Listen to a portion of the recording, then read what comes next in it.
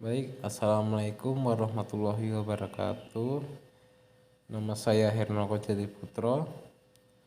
Saya berkuliah di Universitas Pancasakti Bekasi, Kampus Cikarang, dengan prodi manajemen. Nah, saya ingin memenuhi tugas UTS Agama Islam.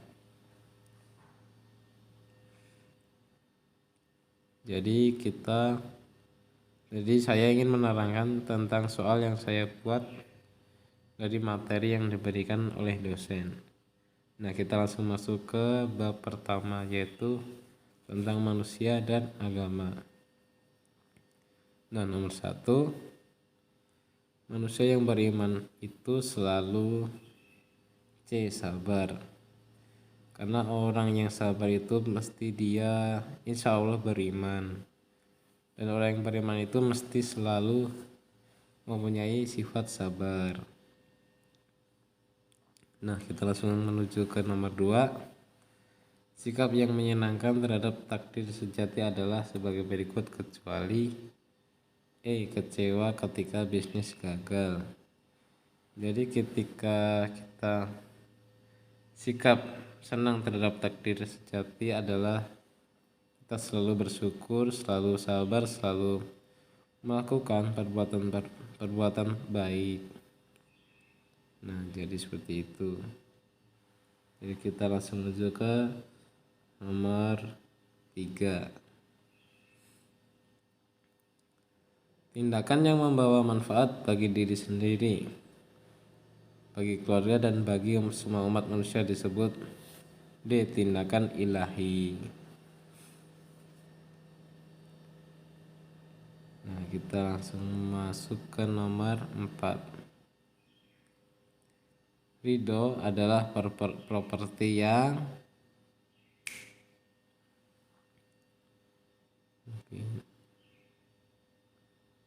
apa? Coba teman-teman kalau tahu. Nah, jawabannya adalah A. Mengembirakan seseorang. Langsung nomor ke 5.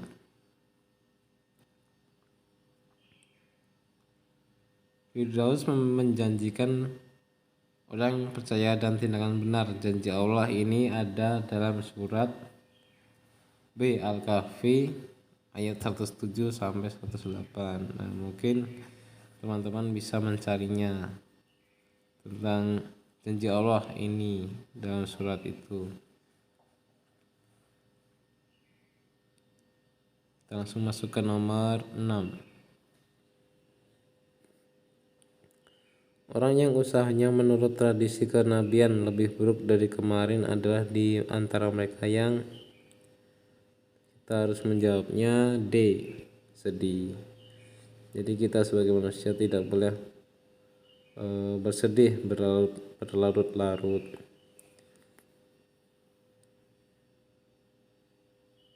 Langsung menuju ke nomor 7. Mengunjungi dan berdoa untuk saudaranya yang sakit atau terpengaruh, termasuk D. Tindakan ilahi.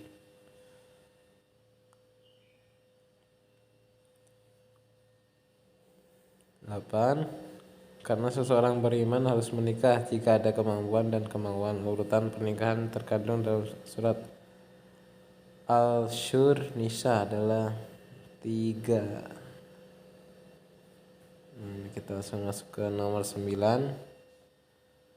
Para wanita berikut ini najis untuk menikah kecuali mungkin tidak boleh ya. Nanti kita langsung jawab adik perempuan dari bibi ibu. Kita langsung masuk ke nomor 10. Para pejabat yang karena keadaan dan alasan tertentu memiliki hak untuk menjadi wali adalah P. Hakim wali. Nah, kita langsung masuk ke bab kedua tentang ma'rifatul insan. Nah, kita langsung menuju ke nomor 1. Allah Subhanahu wa Ta'ala memerintahkan kepada umat Islam agar bersikap bersaudara dalam persaudaraan sejati terhadap sesama umat Islam dalam kehidupan sehari-hari. Nah, perintah tersebut tertuang di dalam Quran surat Al-Anfal ayat 72. Kita langsung masuk ke nomor 2. Umat Islam diharamkan berbuat ghibah dan mengunjing saudaranya yang seiman dan seagama. Allah Subhanahu wa taala mengharamkan segala bentuk ghibah dan mengunjing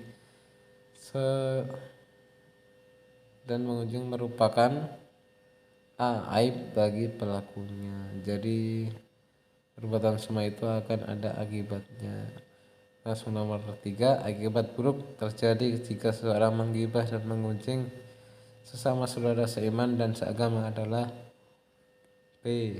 Permusuhan sesama saudara. Jadi jika kita menggibah itu mungkin membuat permusuhan sesama saudara, menjadikan tidak harmonis, tidak berkeluarga, menjadikan pecah belah mungkin. Nah, kita langsung masuk ke nomor 4.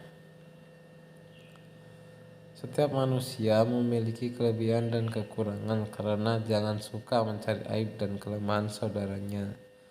Akibat umat Islam yang suka mencari kelemahan saudaranya adalah D. Aibnya tidak akan ditutupi oleh Allah Subhanahu wa taala di dunia dan di akhirat. Nah, kita langsung masuk ke nomor 5. Pakedang.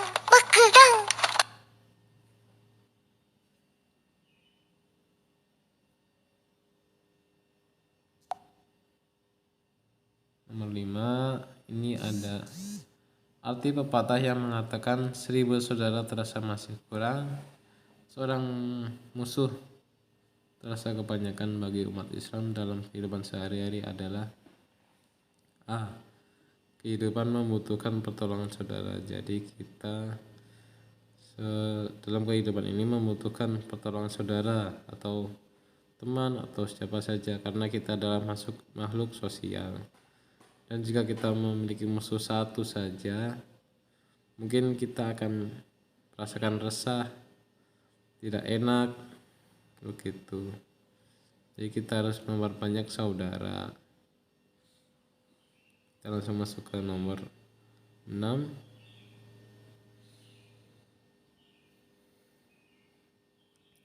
Yang dimaksud oleh Allah Subhanahu wa taala suatu kaum satu sama lain saling melindungi di dalam Quran surat Al-Anfal ayat 72 adalah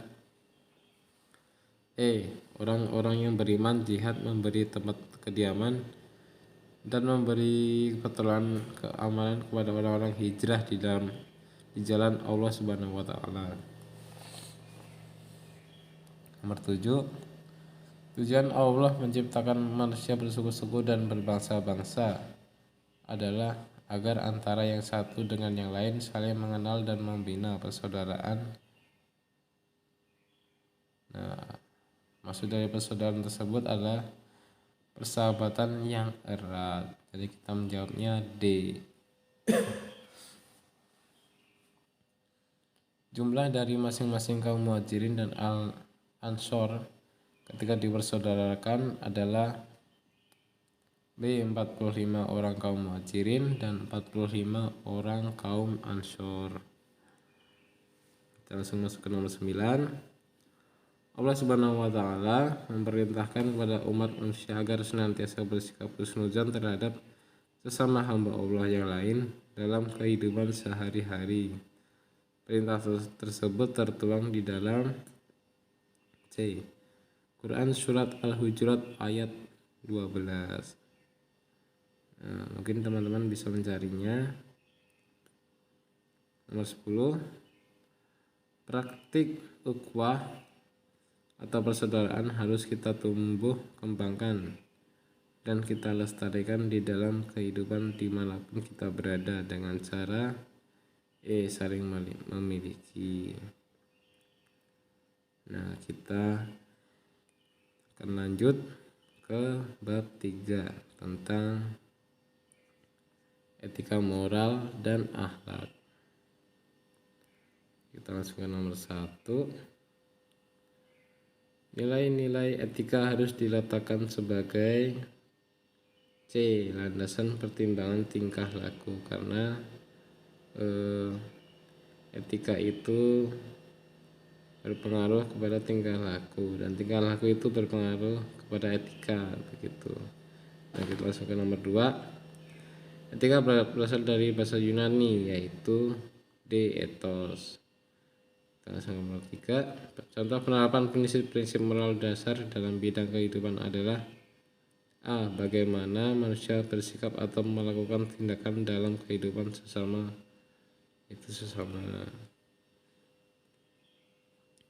Langsung ke nomor 4. Titik berat penilaian etika dilihat dari D. Perbuatan baik atau jahat. Kita langsung masuk ke nomor 5. Jika Anda mau menjadi seorang IT, hal apa yang perlu Anda pelajari? C. Melayani pelanggan. Nah, kita langsung masuk ke nomor 6. Menurut Aristoteles, pengertian etika adalah terminus theseus, yang berarti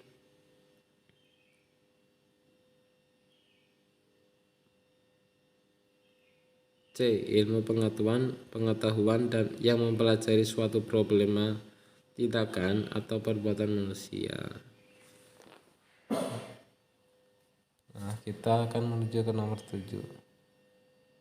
Etika disebut juga dengan A. Filsafat moral.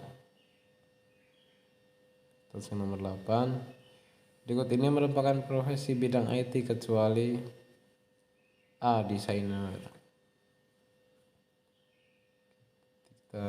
Nomor 9. Ketika umum membahas mengenai B. Prinsip-prinsip moral dasar. Nah, kita langsung nomor 10.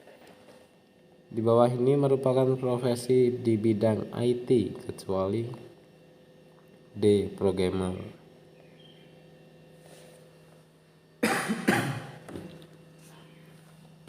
Kita masuk ke bab 4 tentang ibadah. Nah, nomor 1, berikut ini adalah cara-cara bersyukur kepada Allah Subhanahu wa taala kecuali D. Berpuasa sepanjang masa. Jadi ketika kita cara-cara bersyukur kepada Allah, jangan cara sederhana itu ketika kita membaca hamdalah, mengerjakan sholat 5 waktu karena itu wajib, mempercayai kebenaran rukun iman, belajar dan mengajar Al-Quran. Nah, itu adalah cara-cara sederhana untuk bersyukur kepada Allah Subhanahu wa taala. Salah satu ciri orang yang pandai bersyukur kepada Allah Subhanahu wa taala adalah pandai bersyukur kepada D. Sesama manusia.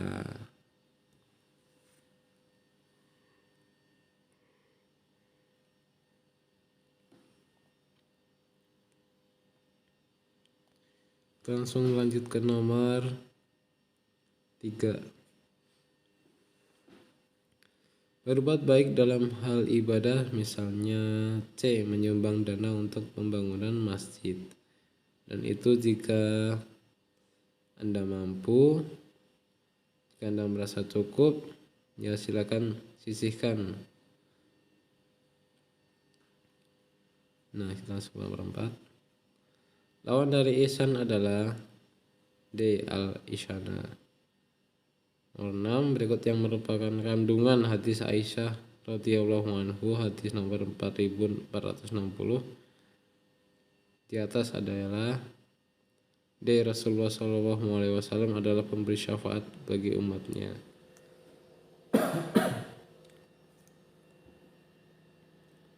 Kita langsung masuk ke nomor 6. Bersyukur erat kaitannya dengan C. Berterima kasih. Nomor 7, berikut yang merupakan perilaku bersyukur kepada Allah adalah B. Senang bisa menolong orang lain.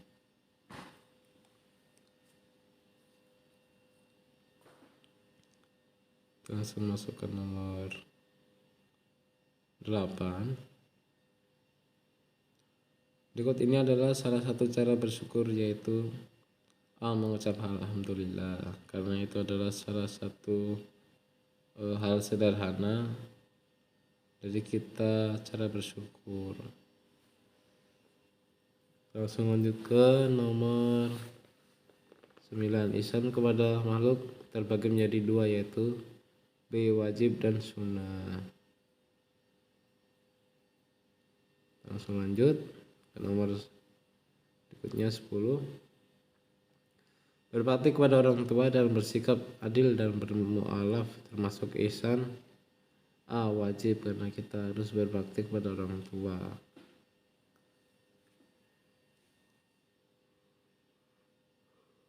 Kita masuk ke bab yang kelima. Pilihan ganda tentang syariah dan muamalah.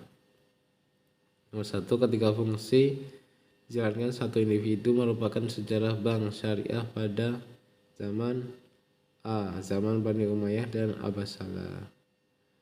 Nomor 2.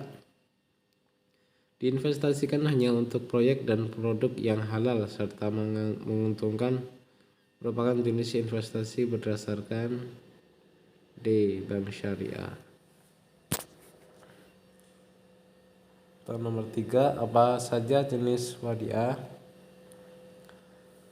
Wadiah ada dua, yaitu B.